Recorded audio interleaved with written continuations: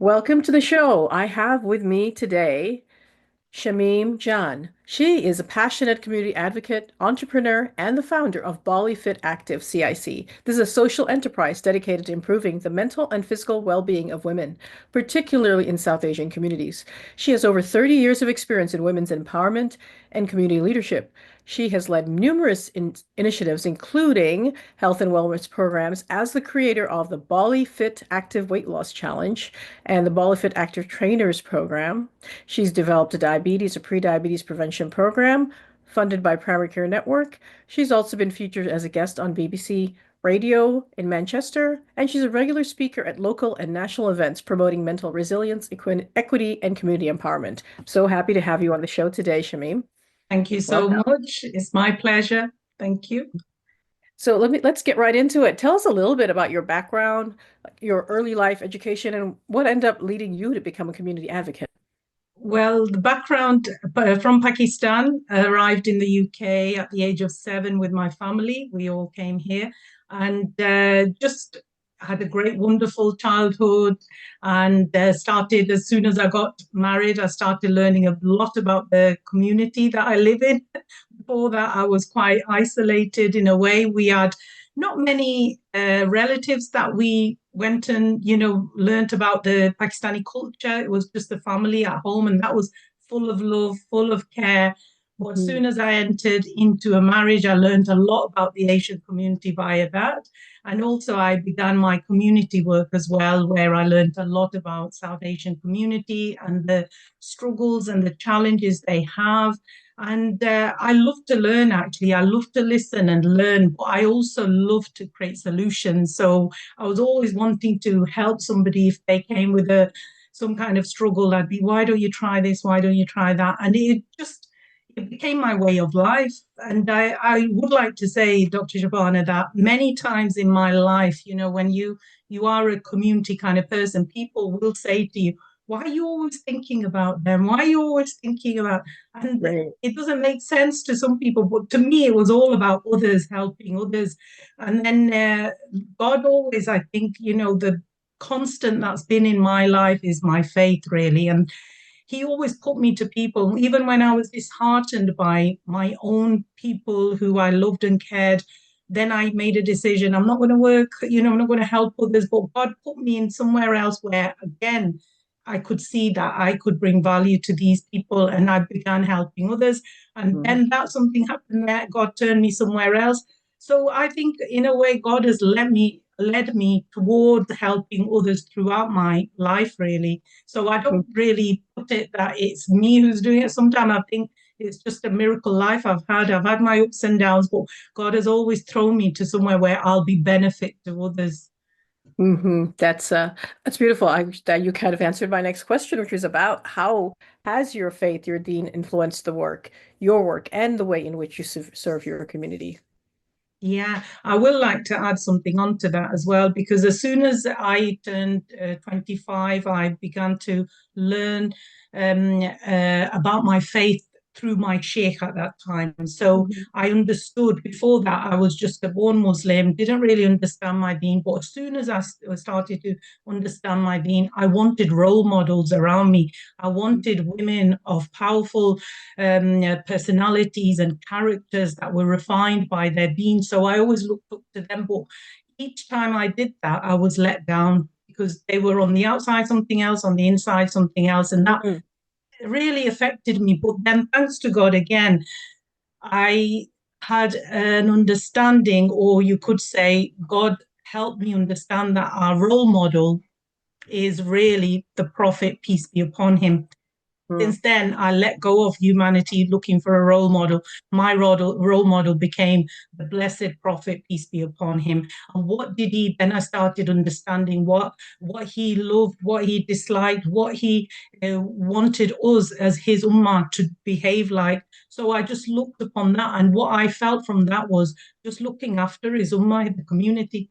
That's what he loved. He cried for us, my Right. brothers and sisters in the future. He cried for us. So I wanted always, I wished I lived at the time of the Prophet, peace be upon him.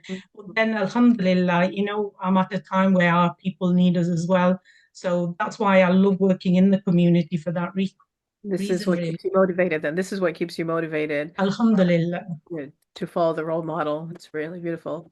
So, what as you started your BollyFit Active, what kind of challenges did you face starting?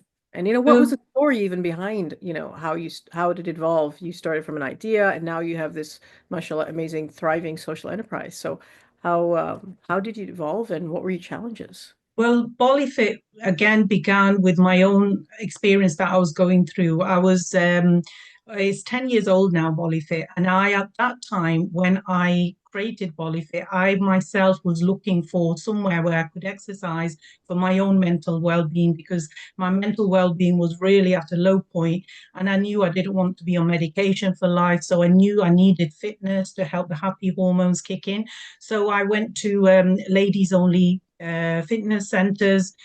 It wasn't ladies only because the people who have these centers don't understand people like me that if it's ladies only, we don't want male PTs there, we don't want male cleaners around. So then that disheartened me. So I joined the Zumba session. And in those days, I was living in a very white community area, and the Zumba sessions, all the white English ladies, nobody would really even smile at me, and I felt not connected there. I became the word othering, I felt some alien. And then I sat down and I actually thought, if I, as a confident person, even though I've got my struggles at the moment, I'm still confident to go out there. What about the Asian ladies that I've worked in the past who need better mental health? And what must they do? And then I started researching a little bit in the community, and I found nowhere that was safe for Muslim Asian women to go where they could do fitness and take the headscarves off and be themselves. So that's when I created BollyFit 10 years ago. And then it was just amazing. It just grew and grew. And the local GPs whose patients used to come to us, they started recognizing us. But then what happened is the pandemic came. And when the pandemic came, I started reading the health inequalities because locally where I live in Manchester, that is predominantly, well, the most people who passed away with COVID in Manchester were Pakistani people. And Mm, because I'd worked with my community for such a long time and I'd known the struggles they have with health, I already knew because their immunity was down, their immune systems are low, and they're really not aware of how to maintain their health. So mhm, I then started researching more why Pakistani communities, and I came across a little report, and I highly recommend that your guests who are listening to us Google that, and it's called the BB syndrome or the Begum syndrome, where GPs mm, dismiss South Asian women when they go with aches and pains. They will dismiss them to say they're just at home, that's why they've got aches and pains. Go out and do some movement and stuff, and God forbid, but later on it can become chronic disease or maybe cancer turns into cancer. But they're very dismissive of South Asian women, and when I read that report, it tied in with what I already knew about our women because at BollyFit, some woman new the participant joined us. The first, she mentioned aches and pains. That's a big one with our community's women. And one thing I'd ask always at the beginning is, what's your GP said?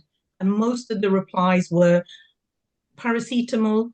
I don't want to go anymore because he just gives me painkillers. And that tied in with the BB syndrome. I thought, because when they joined the BollyFit, they had the movement, we teach them about nutrition, aches and pains are getting better. So that's when I realized that BollyFit has to become bigger than me because tomorrow I may not be here, but our women need this. So we turned it into a community interest company in 2020. oh, that's amazing. So your weight loss challenges, for example, your BollyFit, you have your active weight loss challenges, and that's been a big game changer for many South Asian women. What makes these challenges unique, and what impact have Well, you had them so far? again, the weight loss challenges, what we realize is women love to come and get fit. And Hmm. there's one thing that they're getting fit, but they want to lose weight, but they don't know how to. So we created the weight loss challenge where they come, we do 4 week session, 30 days weight loss challenge. They all who want to participate pay a pound in. They all we accumulate that pound, and at the end of the 4 weeks, whoever has lost the most weight, the most centimeters, the three winners win that pot, really. Yeah. So it's an incentive. And also, what is really the reason we're winning there is because we do the weekly weigh-in, but then we create a WhatsApp group for them where we teach them about healthy eating, not dieting. Yeah, it's Hmm. all about healthy lifestyle. For example, they come at the beginning with not being able to live without rice on their plate. And they think, well, if we take that way, what we're going to eat, then they can't take the roti, the chapati Hmm. way. They think, we can't eat that, what are we going to eat? So it's gradually replacing that chapati with something else that they will like, replacing that rice with something else that they like, culturally appropriate. And by the end of those 30 days, they've become what we call healthier women due to the food that they're eating, because food is medicine for us. Yeah, we don't Absolutely. talk about diets, we don't talk about, and we do the weight loss and the centimeters. And luckily, because we're focused on protein, the good carbohydrates, the good fiber, they will lose fats rather than muscle. So that's Mhm. something. And then they keep coming to the fitness session where they maintain their muscle mass as well. So it's healthy weight loss rather than just the diet and weight loss. And Brilliant. again, the women's love that because of the reward at the end. And then they go into next 30 days, and they just absolutely, we are getting such great results. And can I just share one of the stories, actually? One of Sure. the young ladies, Absolutely. because you sometimes people do ask me what keeps you going. Is because I love working with the women. I'm never away from those women and those sessions that we run. One of the recent ladies who joined us, she was going to another organization, English, food and white peer-led kind of organization, and they were teaching her how to diet, how to eat their dietary foods that they were supplying. And she was yo-yoing, she said, and then she joined the weight loss challenge that we were delivering. And in 4 months now, she's lost over 2 stones in weight. And the reason she had to lose weight was because she couldn't conceive and needed fertility treatment, and she just couldn't get her BMI down enough. And now the good news is she is able to go and get that treatment. So No. can you imagine our coaches, when we hear these kind of stories, how it just gives us more passion to work out there, because now with the work that we're delivering in the communities, women like this can go and lead their families. It's not just a weight loss. There's so much behind that weight loss, so much behind their better health, that it has a ripple effect on their communities, on themselves, on their families. And it's just amazing. Amazing. Now you have another program which is really amazing, which is the trainers program, your BollyFit Active Trainers program. That's another incredible initiative. How does And that empower women professionally, and what success stories do you have from that? exactly. For that, again, as soon as I created the CIC in 2020, and I had to go to Zumba to get my training, and the Hmm. Zumba organization said, yes, there'll be women only, and the trainer will be a woman as well. When I went to the training, there were males in there. There was her husband was there helping her out as well. That's the day I learned that we need to make BollyFit Active a training provider organization, a safe environment where Muslim women can come and get trained by Muslim women in a safe space. So Hmm. we did that with the thanks of our wonderful Manchester Active funders who supported and sponsored us for that. So now we have in-house training, and we've trained up to now 8 Pakistani women coaches, 2 African coaches who deliver the Afrofit, the other side of BollyFit. And Hmm. they're amazing. If I share some of their stories, for example, we've got a lady who used to be a nurse who was out of work for a long time. After lots of family struggles, she was in a very, very low place and not able to get out of her bed as well. Joined BollyFit as the participant. When we Hmm. offered the training program, she wanted to become a coach. She is now delivering sessions, the diabetes program she's been supporting, and other sessional work we have as well. And she's a fitness coach now.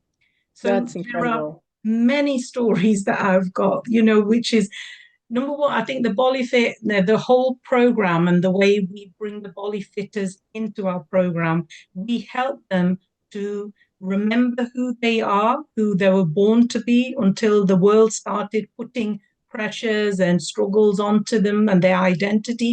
They come out with their who they were meant to be. Their dreams are back in their minds now. This is what I wanted to do, or this is what I want to do now, and then they're thriving. So I often, say that we follow the Maslow hierarchy theory. We Mhm. make sure that they're safe, well, in every manner. And as soon as they feel that safety of the connections, of the support structure around them, they're thriving now. They are now living the life they're supposed to be living. And that's what makes me get goosebumps and makes me say, thank you, God, for this Beautiful. opportunity. Yes, you mentioned the diabetes program just now. The South Asian communities, obviously, as you know, have a huge prevalence of diabetes. So tell us a little bit about your diabetes and your pre-diabetes prevention program. How has that made a difference? And Yeah. anything else that you think needs to be done? Sure. So diabetes program again, as soon as we've been working BollyFit sessions in a local area for 10 years, and that local GP surgery got to know us really well.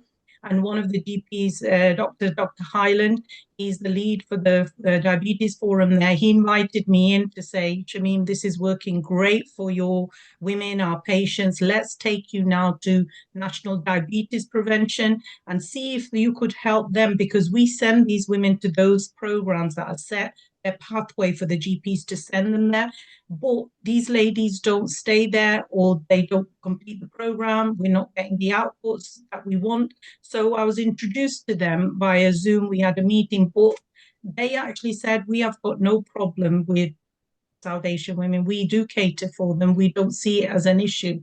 So it was a very disheartening meeting. But I am a businesswoman at the end of the day, and I knew that if some business or organization is not recognizing that they are not something's not working in their system, it's going to go down. If you don't Hmm. recognize your mistakes or your challenges and you don't break through them, then I knew that I will set something up for our women that will be suitable, and we are capable as Asian women. We can look after our women, we can guide. So we created a diabetes program, which the local GP again funded us to support some 20 women at the beginning. The model worked. The HbA1c numbers started dropping. Their mental health got better. They had less visits to their GP surgery. So then they funded us again and again. And now we're at a position this year again, where the healthcare commissioners who lead the diabetes, they're having conversations with us and hopefully taking us through the journey of maybe now being commissioned, that we can reach out to further more women in the community. And Hmm. again, these what I realized at the time when women started coming in the diabetes program, they were oblivious to food, what contained food, sugars. So we created a video on hidden sugars. We created a video on eat to fill, eat for nutrition, not eat to fill. And that was Hmm. especially during Ramadan, because we Hmm. often feel people eat the wrong food. So we wanted them to eat the right food, these women who were on the diabetes program. So lack of awareness of what is real food and what is just pumped with sugar and the bad carbohydrates. So, and then when we start teaching this, they start adapting to it, they start changing their taste buds and everything. All of a sudden, the HbA1c numbers coming down, they're going into pre-diabetes, they're going into remission, and that's what's That is got the incredible. GPs excited.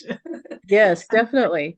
Now, you mentioned also that there's mental health improvements with this. So, tell us about the gaps in mental health care that you see in the South Asian community. How does your program address them? You've created something called trauma circles as well that provides culturally tailored mental health support. Tell us a little bit about that.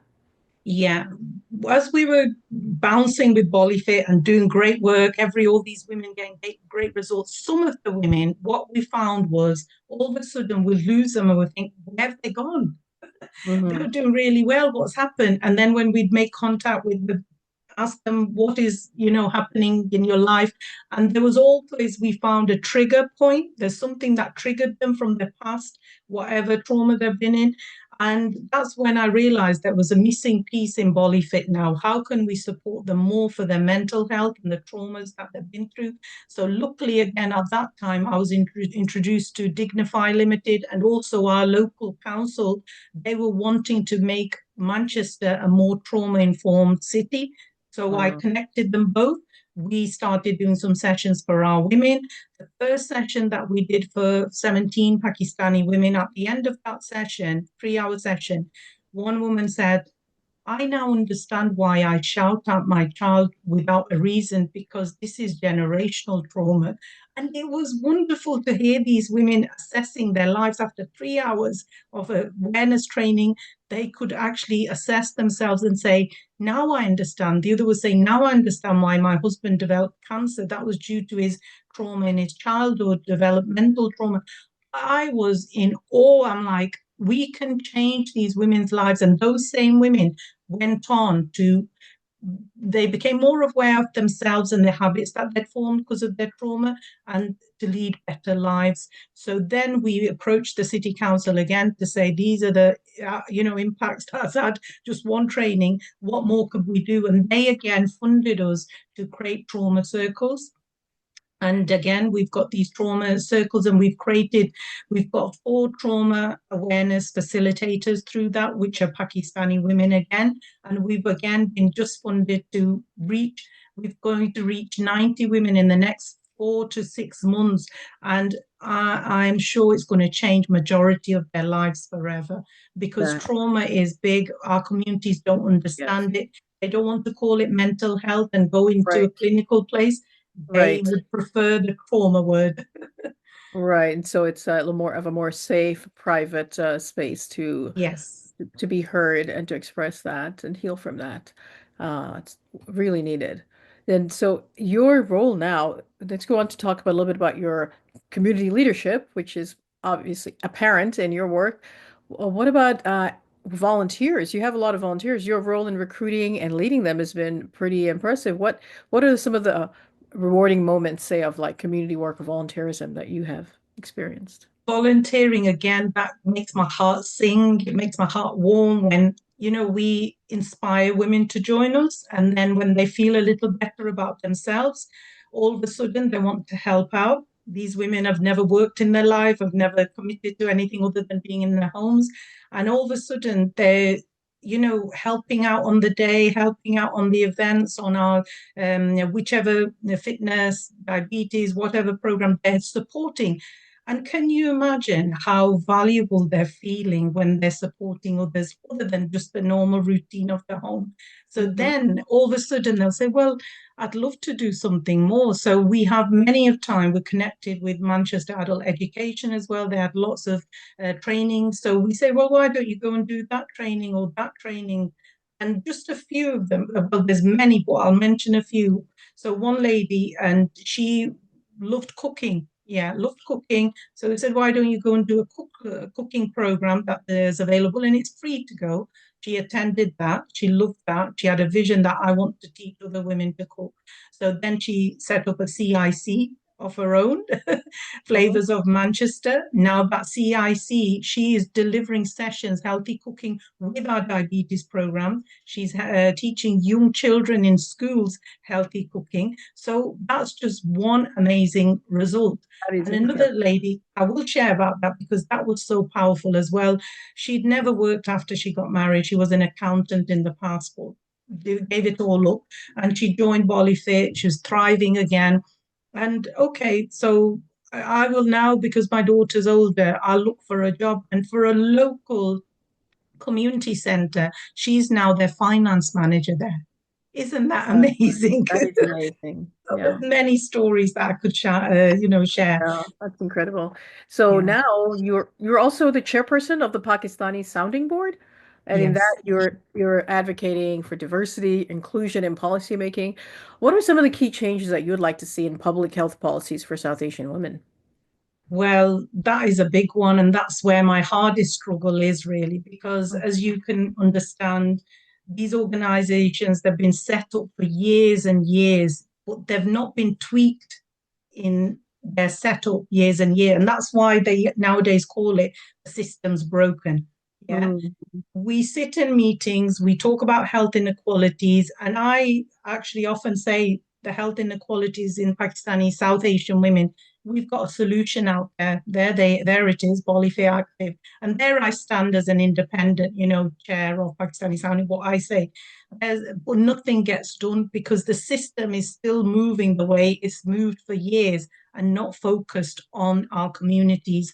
So it will take a long time to change. And I keep saying to myself and to others who are delivering solutions for health inequality, let's keep going. We are not going to go away. Their system will maneuver to look at us one day because they cannot tick the boxes with what they're doing at the moment.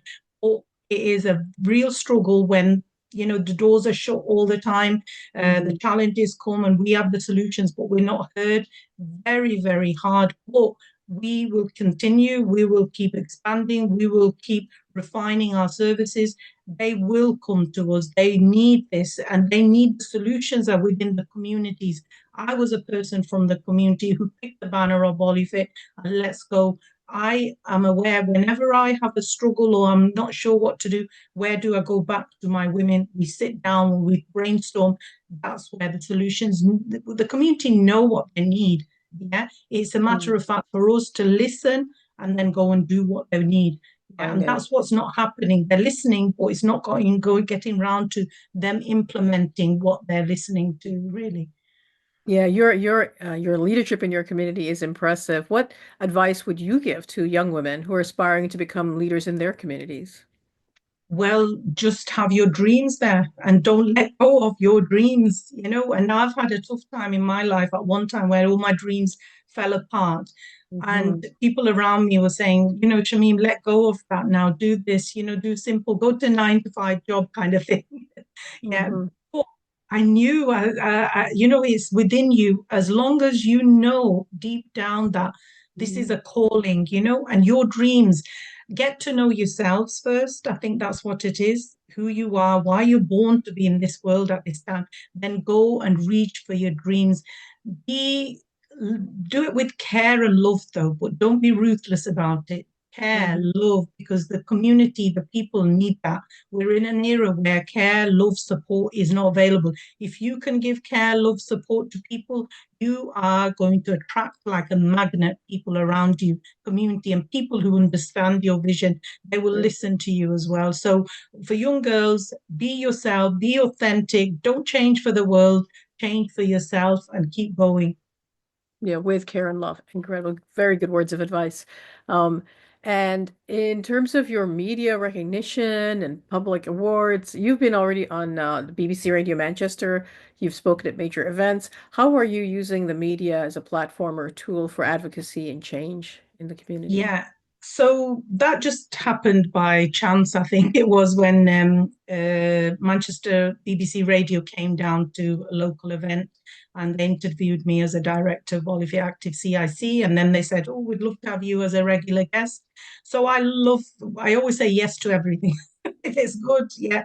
Even though I'm shy, I'm like, confidence not there. I just push through it because it needs to be done. If I'm not going to do it, who's going to do it? And Mhm. also, I love to be the opportunity because of my scarf. Yeah, the world needs to see more women like us speaking, being heard, and Mhm. that's the reason I go on the radio. Because I'm a Muslim woman and I'm having an impact with my voice out there. People are listening to me and they think, "Oh, what? She's a Muslim. Yeah, it's different from what we're getting on the media." What the Right, normal media shows. definitely. Yeah, so I love doing that anywhere I get an opportunity, and it is to promote my being that this is a Muslim woman here. I'm not stuck at home chained to the sink or anything like that. I'm not shy. I'm confident. I look Mhm. at my identity, listen to what I'm speaking. Don't just look at my headscarf. Okay, that's beautiful. You have also, for all this work, received many awards and recognitions for your work. Can you tell us a little bit about which one of those awards may have meant the most to you, or which recognition and why? Yeah. So at one time, I was working with a nutrition company called Herbalife Nutrition. Mm-hmm. And that again, because at the age of 36, I needed to lose a lot of weight. My health was really at a low. I was a driving instructor at that time, and I piled loads of weight on. My health, mental health was really bad as well. So I heard about this nutrition company, and after quite a few weeks of thinking, no, no, no, I said, right, let's try it. It changed my life. I lost the good, I got lots of fat loss, health improved, my mental health improved. And I'm like, I need to tell the world. And that's exactly what I did. I just started sharing it. And I didn't think of it as a business, but I grew massive business. And in 9 months, I took that business to a level that nobody in the UK had ever took it to that level in 9 months. Nice. So that was the biggest one. And I remember my blessed mum, she's not with us anymore, but I made sure she was that event where I got the recognition for reaching that level. But what happened at that point, because I'd done the 9 months and here I've done it, so many others behind me then did the same because they felt and saw that it's So it's doable, possible, yes. it's So you possible. inspired so many others. That's, Yes. yeah. So I broke a record with Herbalife at that time in this country. Yeah. So that's the biggest one that I always remember. And all I Mm, can say to anybody out there, if you're doing business, make sure you're helping people. That's why right. it happened. I help people. Yeah. Right. That is our purpose here. Um, and one success story from your journey that really that any other success stories you've talked about the person losing weight, you've talked about the woman who's now, you know, full-time employed as an accountant at another center. Any other particular success stories that you'd say that really encapsulates, the Yeah. essence of your work? Well, there's many, but I'm going to share my own success Yeah. story because I think every woman can relate to that. I Hmm. had a difficult marriage of 16 years where I was in domestic abuse, but I didn't recognize it until after 16 years. The policeman drew the circle of abuse for me. And that's when I realized, oh my God, this is my marriage. This is not normal, or this isn't a healthy relationship. Hmm. Coming out of that marriage, it was very, very, very difficult. But I knew if I stayed, I would have died in that marriage. Yeah. I came out of that marriage, and that's when I needed fitness. That's when BollyFit came as well. Yeah. And again, I used to go out and work, but I'd listened to so many other women's stories that were worse than my story, and that'd give me hope again, thinking, I'm okay. Yeah. And I'd come home, just feeling I'm better, I'm in a better place than a lot of these women out there. So I used to put my life in context kind of thing. But also, I'm sharing this story because I know a lot of women come divorce, they think the world is over. Your Hmm. world is just beginning. If you've come out of some traumatic marriage where you weren't happy, it's going to take you a while. And what I'm going to say is, I want to give a big clap to myself for keep going. I kept going, and my health was bad, my finances. My ex-husband made sure he left me with no money, no house, yeah. And all I had was God. And I kept going with my faith and said, what's the next thing today, Shamim, you need to do? What's the next thing today you need to do? And I kept doing that until I climbed out of that pit that he had left me in, or I chose to, because I stayed in it. I was not aware of my marriage being a abusive marriage. I thought it was normal for a long time, and then until it got to physical abuse, that's when I knew I had to get help. So all I'm saying is, wherever you are in your life, there is light at the end of the tunnel, but only if you don't make yourself into a victim. Make yourself into a warrior that every day you think, what do I need to do today to take me to that vision where I want to go to? And why I'm recognizing myself at this point, because if I hadn't done that, we've got more than 500, 600 participants out there who are enjoying their lives better, breathing better, healthier. If I hadn't done what I'd done by keep going, we would not have been able to support these women today. Yes, that is true. Very inspiring. So with BollyFit Active, then what is coming? What's next? You've done so much. You've talked about 500, 600 women. Your impact, I'm sure the ripples are going to continue.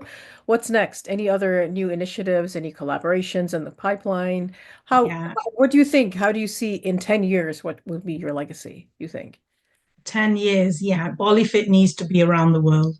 It needs to be Awesome. on every corner of the street where women can feel safe. They can come and connect with other women. They can come and have a fun hour, 1 hour, and go home. It needs to be throughout the world. We need BollyFit gyms everywhere. We need BollyFit fitness halls everywhere. We need BollyFit little offices where we can do our trauma circles, where it's non-clinical, but it's supporting women, but it has to go everywhere. At the moment, we're a CIC. I'd love to make it into a sister body where it's a private company that we can create like Zumba and take it around the world. But the other thing that I really need is support. I keep saying this year, I need to sit down with good business people, map it out how we can just scale it up because we've done the hard work, the foundation, impact, outcome, everything's ticking. How can we Mhm. now scale it up? That's what Scale we're it up looking to the next level and take it around the world. That is a beautiful vision. So for. tell me a little bit the CIC, how is that different from the other corporation? Explain that part so we can. So CIC, community interest company. So any profit that we're making, it goes back into the company. So it's Yeah, sort of like a nonprofit. Right now, it's a non-profit, nonprofit, and so you'd non-profit. like to take it to a for-profit corporation Yeah, that can then as scale well. around the world. That's okay, incredible. And what I love about how you describe it is that you are being holistic about it. It's not just a fitness; it's the fitness and Yes, nutrition, the mental health, the connection, sisterhood, and the yeah, empowerment, training, volunteerism, job. It's really quite holistic and beautiful. Um, by the way, I just want to ask, Bollywood, do you dance to Bollywood music? Is that yeah, how it yeah. came That's about? what. What's So Bollywood yeah. music? So the Mhm. structure of the fitness sessions is half for BollyFit is half an hour BollyFit Bhangra Punjabi music. Yeah. So we start warming up and we go into confidence builder circle when we all make a circle and then each woman does a little bit in the middle. So we follow her. And then 30 minutes of that. Then we do we do some squats as well within that and lots of armed exercises. Then after half an hour, we take them on the floor. Then we Mhm. do the hard stuff, the planks, the body weight exercises, yeah, which is where they build their core, Mhm. strengthens them. They've got better balance, coordination when they're walking around, more confidence then as well. And then 45 minutes, and that's it. And that's BollyFit. And then we Great have workout. Mhm. yeah, an Afrofit, the same model, half an hour dancing and then 15 minutes on the floor, but with all Afro beats. And that's led by our coach Mary. She's an African lady, and that works fantastic as well. Yeah. Do you have any online offerings for this? Not yet. Not at the moment, but Mhm. all being well, when we've got more capacity. And the other thing with the Asian women, especially, uh, the reason we're winning there with the Asian women is there's no cameras, no Right. This photographs. is true. They love that. That's Mhm. our USP, you could call it. That is Yeah. so private. And we say whatever goes on here stays here. And Hmm. I'll just touch upon why I really set the structure up like that because, you're from the Asian community. I saw when 10 years ago, I thought, how can I do it that is fun and fitness? On our Dolki nights, when we have the wedding ceremony Mhm. coming up, we have Dolki nights, Sangeet nights. That's when I used to see our women the happiest. They're Mm. smiling, they've got lovely clothes on, they're clapping for each other, they're dancing without a care. And that's the environment we've created at BollyFit. It's like a Dolki night every session because they're clapping for each other. She goes in the middle, the others are clapping. She's doing crazy things that she would never do, you normally, but Right, right. inspiring us. So yeah, we've created a Dolki night within our fitness sessions. Incredible. That's so much fun. In closing, what message do you have for women who are struggling to find their purpose or voice in their communities? Yeah, begin with understanding yourself, self awareness. And number two, love yourself. I cannot stress that Important enough. message. so important. Mm. Love your body for what it is. Forget if you've got weight here, weight there. Yeah. Your nails are not perfect. Everything is perfect. The day we start loving ourselves for who we are and we're happy in our skin, that's the best time. And that's where you can build from there. If And you're find all your voice then. find your Once inner you love calling, yourself. that's it. But if we're always thinking, oh, I wish I was this, I wish I was that, you're not finding yourself. Go in, go Answers are deeply within. in. The Hmm. answers are all within. And when we learn to do that, life becomes magical. Beautiful advice. Thank you so much. It's been incredible hearing about your success stories and the impact that you're making. And I wish you all the success. And I hope we will meet again. Maybe when I'm visiting, try to do one of your sessions if I come up there to Manchester sometime. Definitely. Yeah. Inshallah. And we would love you to come. We will invite you to come. Yes. Thank Yeah, you. especially the work you're doing with like just the health improvements and everything. Obviously, as a physician, that's my main, one of my main focuses. So for you, you obviously are maintaining your physical and mental health and balance that way. What is the secret to your success that you think? Just Well, for me, and I say this often to the women I work with, the activity they see, the positivity, I remain positive, and just have a balanced life as well, with your family as well. Because if we don't balance it with our families, it's never going to be, we will tumble down. Yeah. mm, So God first, family next, and everything else after that. But stay positive and also yeah, look after your health. Your food is who you are. So food is medicine. Treat it like that. excellent. Wonderful, wonderful words of advice. Thank you so much and wish you all the best. Thank you so much. Thank you. Stop recording.